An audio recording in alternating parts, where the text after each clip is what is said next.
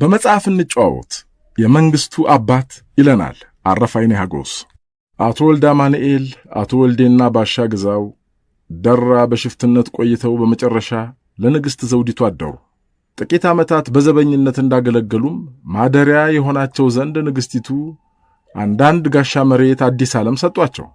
እንግዲህ እዛ ሲያለን በባህላችን ልጅህን ለልጄ ማለት የነበረ ነውና አባቴ አቶ ወልዴ የጋሼ ወልደ አማኑኤልን ልጅ አጩልኝ። ይህን የጣሊያን ጦርነት መጣና ሁሉ ነገር ዲስሚስ ሆነ። ዘፈን አይኖር ሰርግም ይቀር የሚል ትእዛዝ ከበላይ መጣ። እንዲህ ስንኖር ሳለ ልጅቱን አንዱ ዲያቆን ያገባና ይወስዳታል።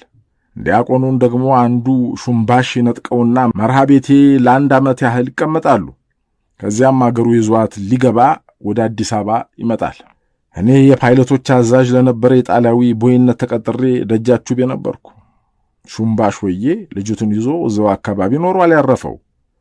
ለገበር ውሃ ስትወጣ ከኔ ጋር ግጥምጥም እንላለን።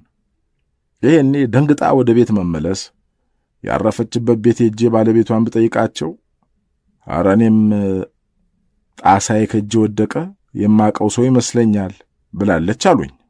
ተጠርታ ስትመጣ ሆዴ ደነገጠ። የጋሼ ወልደ አማኑኤል ልጅም አይደለሽ ወይ?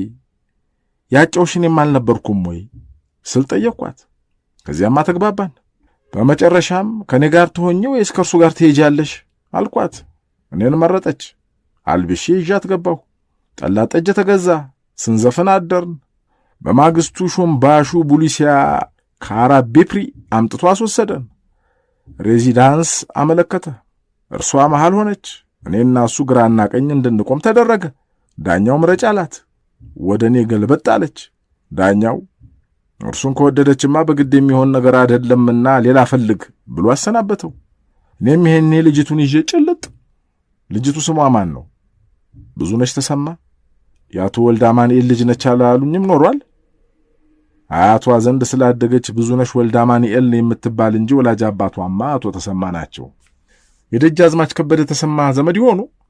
ኤዲያ እኛ ከነሱ ጋር ምንም ዝምድና የለን። አቶ ተሰማ ቡልጌ ናቸው፣ ጎበዝ የቤተ መንግሥት ግንበኛ። በቅርብ የወጣ አንድ መጽሐፍ ላይ መንግስቱ የጦጢት የልጅ ልጅ መሆኑን አንብቤያለሁ። እውነት ነው? አይ ጦጢት እኮ 3-4 ባሎች የነበሯት ሀብታም ወይዘሮ ነች። የድሃ ዘር አልነበረችም። ይህን ተወው፣ ሸዋ ነው የሚያስወራው። ይልቅ የጀመርኩልህን ልጨርስልህ።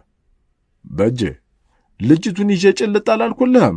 ወዲያውን ይህን ልጅ አረገዘች። የካቲት 1933 መንግስቱ ተወለደ። የበኩር ልጄ መንግስቱ ከአባቱ ከ50 አለቃ ኃይለ ማርያም ወልዴ አዲስ አበባ ተወለደ። ጨርቆስ የቄስ ትምህርቱን ሲከታተል ቆይቶም አባቱ ወደ ዲማ በመዛወራቸው ወደዚያው ሄደ። ወላጅ እናቱ በ1944 አረፉ። ሄርማታ ሚያዝያ 27 ትምህርት ቤት እስከ 7ኛ ክፍል እንደተማረም የመሳሪያ ግምጃ ቤት ወደ አዲስ አበባ ስለጠራኝ ቦይ ስካውት አስቀጠርኩት። ከዚያም ጽሕፈት ኮርስ ሰደውት 6 ወር ከተማረ በኋላ ሆለታ ወታደራዊ ማሰልጠኛ ገባ። የማታ እየተማረም 12ን ሸፍኗል።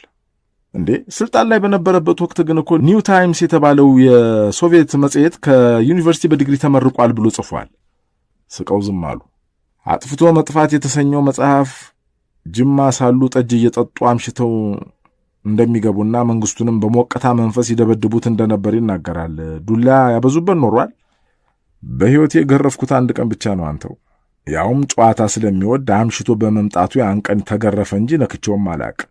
ጸሐፊው የማይረባ ቢሆን ነው እንጂ የምንኖረው ሚሊታሪ ካምፕ ውስጥ ነው። ስለዚህ ከ12 ሰዓት ተጠናቀም መግባት አለብን። ከዚያም በኋላ ጠባቂ ፖሊስ ይቆማል። ከዚያ ላይ ገንዘቡ ስኬት መጥቶ ነው በየቀኑ የሚሰክረው? ደሞዛችን 10 ብርም አልነበር።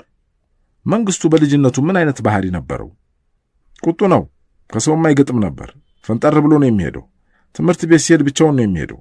ከፊቱ ያስቀድማል ወይም ይከተላል እንጂ ከሰው ጎን ለጎን አይሄድም። ኳስ ጨዋታና ስፖርትም ይወድ ነበር። በተለይ በቦክስ ጥሩ ውጤት ያመጣ ነበር። በትምህርቱስ እንዴት ነበር? ጎበዝ ነው። እንዴት? ወድቆ ያቅማ። ከእርሶስ ጋር የነበራችሁ ግንኙነት እንዴት ነው? በፊት እንኳን ደህና ነበር። መኮንን ከሆነ በኋላ ግን ሲስቴም ለወጠ። ቸለል አለኝ። ባዕድ ነው የሚደርስልኝ እንደው። ስለዚህ ምን ያደርጋል ብዬ ተውኩት። እኔም መኮንን ከሆነ ወዲያ ነው የመጣበት። ደርግ ሆኖ ሲመረጥስ ምን ተሰማሁት?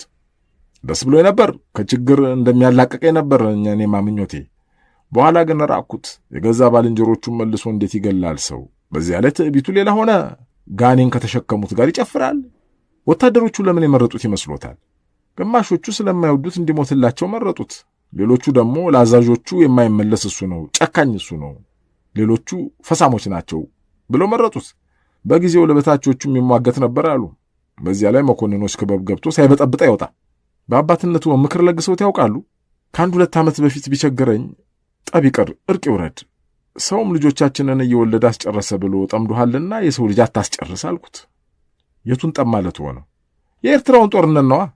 አንተ አታውቅ እንደሆነ እንጂ አንድ ነን፣ ተዛምደናል፣ አበልጅ የሆነን ሁሉ አለን። ስለዚህ እነሱን አታስቀይማቸው፣ የሰው ልጅ እየወሰድክ አታስጨርስ፣ እርቅ ይውረድ ልጄ አልኩት። ምን መለሰልሁ? አንተ ምን ታውቃለህ? ሽማግሌና አርፈህ ተቀመጥ አለኝ። እኔም ተቀየምኩት፣ ከቤቱ ቀረሁ። ጦርነቱ እየገፋ በመምጣቱ ግን ኮሎኔል መንግስቱ ኃይለ ማርያም በተወለደ በ50 ዓመቱ ስልጣን በያዘ በ17 ዓመቱ ወደ ሐራሬ ዚምባብዌ ኮበለለ። መጥፋቱን መቼ ነበር ያወቁት? በራዲዮ ሰማን። እንደሰማን ክው ነበር ያልነው። ገረዶቹ ሁሉ መጥፋቱን አላወቁም ነበር። ቆራጡ መሪ እየተባለ ይወደስ እኮ ነበር። ለቆራጡነቱማ ቆራጥ ነው። እንዴት ማለት? ክፉ ነዋ ድንጋይ። ኑሮስ እንዴት ይዞታል? ድህነቴ ነው እንጂ የቸገረኝ ምን አለብኝ ብለህ። በፊት ብቸኛ አሁንም ብቸኛ መሳሪያ እያደስኩ ኑሮዬን እደጉም ነበር። ሆኖም በጉንቦቱ ፍንዳታ መሳሪያ ማንደጃው ተቃጠለ፣ ስራውም ቀረ።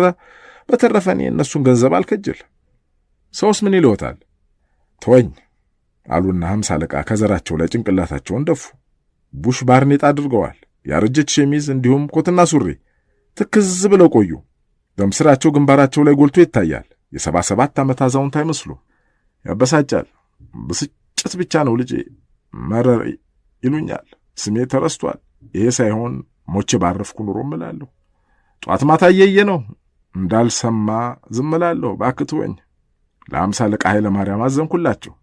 ይርጋዱ ባለ አባት አስወቃሽ ልጅ አይወለድ የሚያስጠራ እንጂ መንገድ ለመንገድ እያለ የሚያንደረድረው ስንኝ ትውሳለኝ። ያም ሆኖ ግን እጅግ ያዘንኩት እኚህን አዛውንት በሚያዋርዷቸው ሰዎች ነው። ይህን የከፊሎቹ አማልዱ ሲሏቸው የነበሩ ይሆናሉ። ቀሪዎቹም ቆዳ አምላኪ ትምክህተኞች ናቸው። 50 አለቃ ኃይለ ማርያም አሁን በሕይወት የሉም። በ1984 ይህን ቃለ ምልልስ ከሰጡ በኋላ ብዙም ሳይቆዩ አርፈዋል።